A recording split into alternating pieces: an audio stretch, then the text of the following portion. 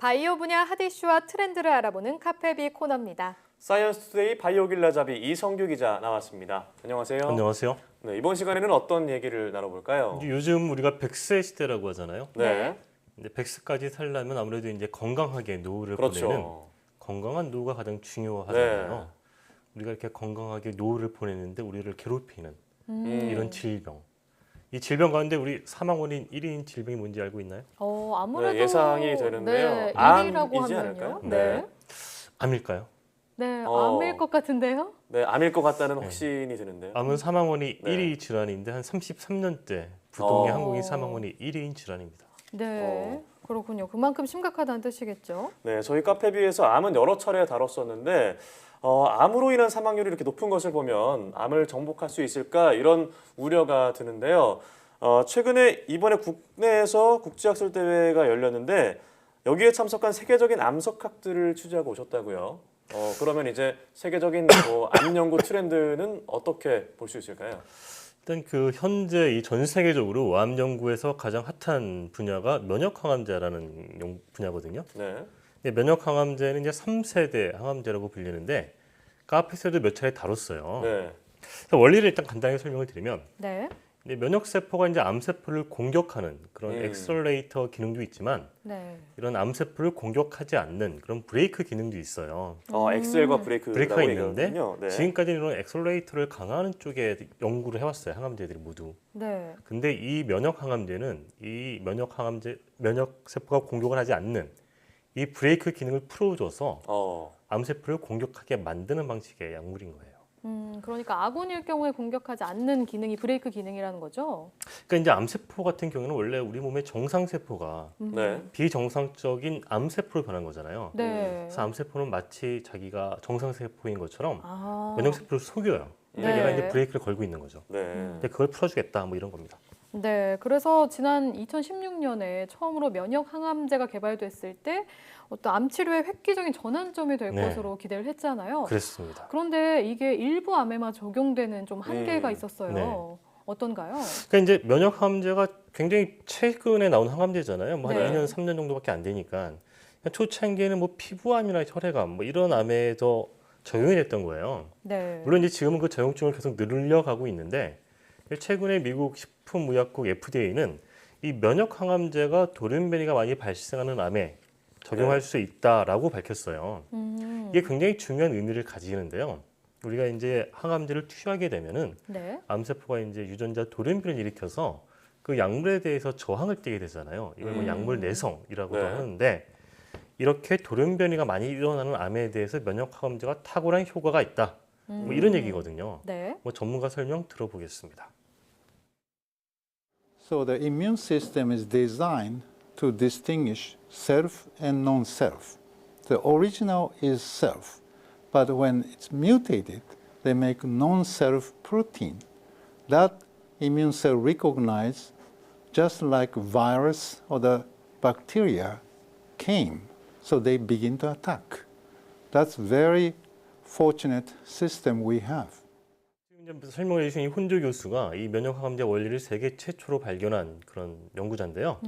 근데 쉽게 얘기하면은 이 면역 세포하고 암 세포가 서로 싸우는 거잖아요. 네. 전쟁을 치르는 건데 이 돌연변이가 많이 일어나면 일수록 면역 세포가 이 암 세포를 적군으로 인식해서 공격을 더 잘하게 된다. 뭐 이런 내용인 거죠. 네. 면역 항암제가 약물 내성 문제 극복에 유용할 수 있다 이런 내용이었던 것 같은데요. 그런가 하면 최근에 대사 항암제라고 해서 저희가 얼마 전에 보도해드리기도 했는데 대사 항암제가 면역 항암제와는 또 어떤 차이가 있는 건가요?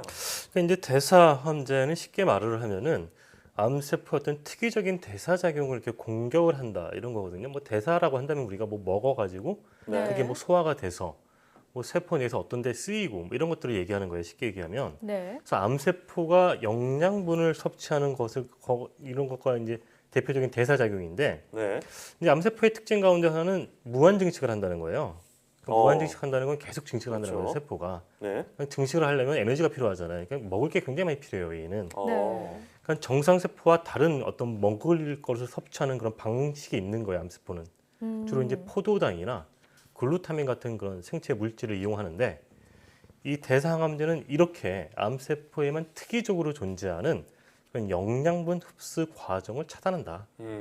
그렇게 이해할 수가 있겠습니다. 이런 영양분 흡수 과정은 네. 정상세포는 이런 방식을 하지 않기 때문에 우리가 이걸 이용할 경우에는 암세포만 타겟팅할 수 있다. 뭐 이런. 네, 그렇군요. 지난해 또 백혈병을 대상으로 한 대사 항암제가 미국에서 판매가 승인됐잖아요. 네. 또 올해 하반기에는 폐암이나 유방암 같은 다른 암에 적용할 수 있는 항암제도 개발 예정이라고 들었어요. 이렇게 암이 사망률이 높은 만큼 항암제 개발에 대한 관심도 아주 높아요. 면역 항암제와 대사 항암제 서로 시너지 효과를 좀 기대할 수 있을까요?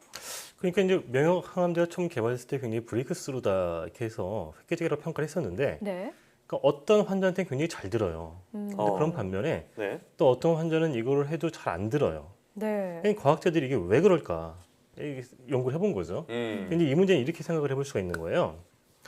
이 암세포가 영양분을 굉장히 많이 섭취한다 그랬잖아요. 네. 그러면 이게 이제 정상세포가 대신에 먹을 게 줄어들잖아요, 상대적으로. 그렇죠. 근데 면역세포도 먹을 게 줄어들죠. 그렇게 되면 결과적으로는. 네. 그래서 이런 대사작용, 그러니까 암세포가 먹는 이런 작용이 면역세포도 영향을 미치는 거예요. 네. 서로 이게 두 개가 상관관계가 있는 거예요. 그러니까 이 면역항암제하고 대사항암제는 같이 처리할 경우 시너지 효과를 기대할 수가 있는데 이 전문가 설명 들어보겠습니다.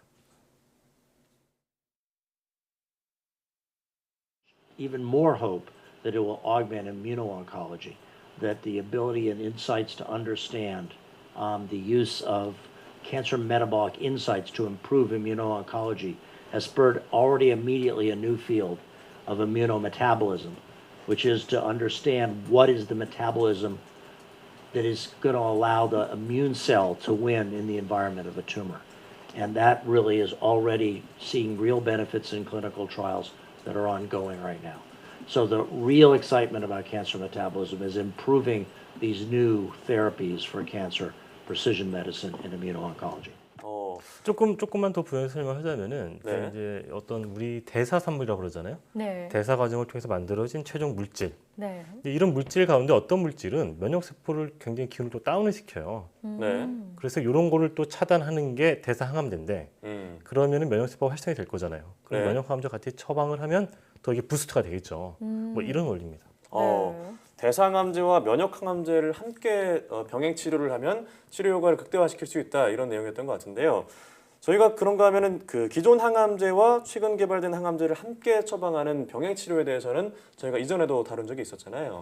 그랬죠. 이제 기존 항암제하고 뭐 최근에 개발된 면역 항암제나 이런 것들을 같이 처방할 경우에 네. 그 치료 효과가 있다는 거 이미 임상에서 많이 증명이 됐거든요. 네. 그러니까 암 전문가들은 이 암이 워낙 원인이 다양하고 복잡하기 때문에 어떤 하나의 항암제보다는 좀 다양한 방법을 같이 동원하는 게 좋다 이렇게 보고 있는 건데요. 네. 다만 이제 아무리 이게 좋은 항암제가 나왔다고 하더라도 이것들을 뭐 다 한꺼번에 환자한테 처방할 경우 네. 뭐 비용도 비용이지만 환자한테 굉장히 큰 부담이 되겠죠. 그렇죠. 그래서 어떤 최적의 조건을 찾아내야 되는 거고요. 뭐 수술로 이렇게 없애야 될 건 없애내고 방사선 치료나 이런 네. 항암제 치료 등을 다 고려를 해서 어떻게 하는 게 환자한테 가장 좋을까 이걸 찾아내는 게 지금 어떤 그 암 연구의 또 다른 트렌드입니다. 네. 최근에 이제 그 면역 항암제 같은 경우에는 그 항생제 페니실린 있잖아요. 네. 페니실린에 빗댄 그런 외신 보도도 있었어요. 네. 페니실린이 처음 개발된 항생제고 네. 그 이후에 한 20-30년 동안 수많은 항생제가 개발이 됐잖아요. 네, 그렇죠. 우리가 뭐 박테리아 감염과 같은 감염 질병 치료에서 굉장히 획기적인 발전이 있었는데 이제 면역 항암제가 어떤 그런 새로운 암 치료의 어떤 디딤돌이 될 것이다, 출발점이 될 것이다 이렇게 내다보고 있는 거죠. 네, 그렇게 되면 좋겠네요. 이번 시간에 이렇게 인류를 괴롭히는 질환, 암 연구의 최신 트렌드에 대해서 살펴봤는데요. 면역 항암제와 대사 항암제, 또 더 나아가서 좀 획기적인 항암제가 개발이 돼서 한국인 부동의 사망률 1위 이런 오명을 좀 암이 벗었으면 좋겠다라는 생각이 듭니다. 암 환자들을 위한 좀 희소식이 기대를 해보겠습니다. 오늘 이야기 잘 들었습니다.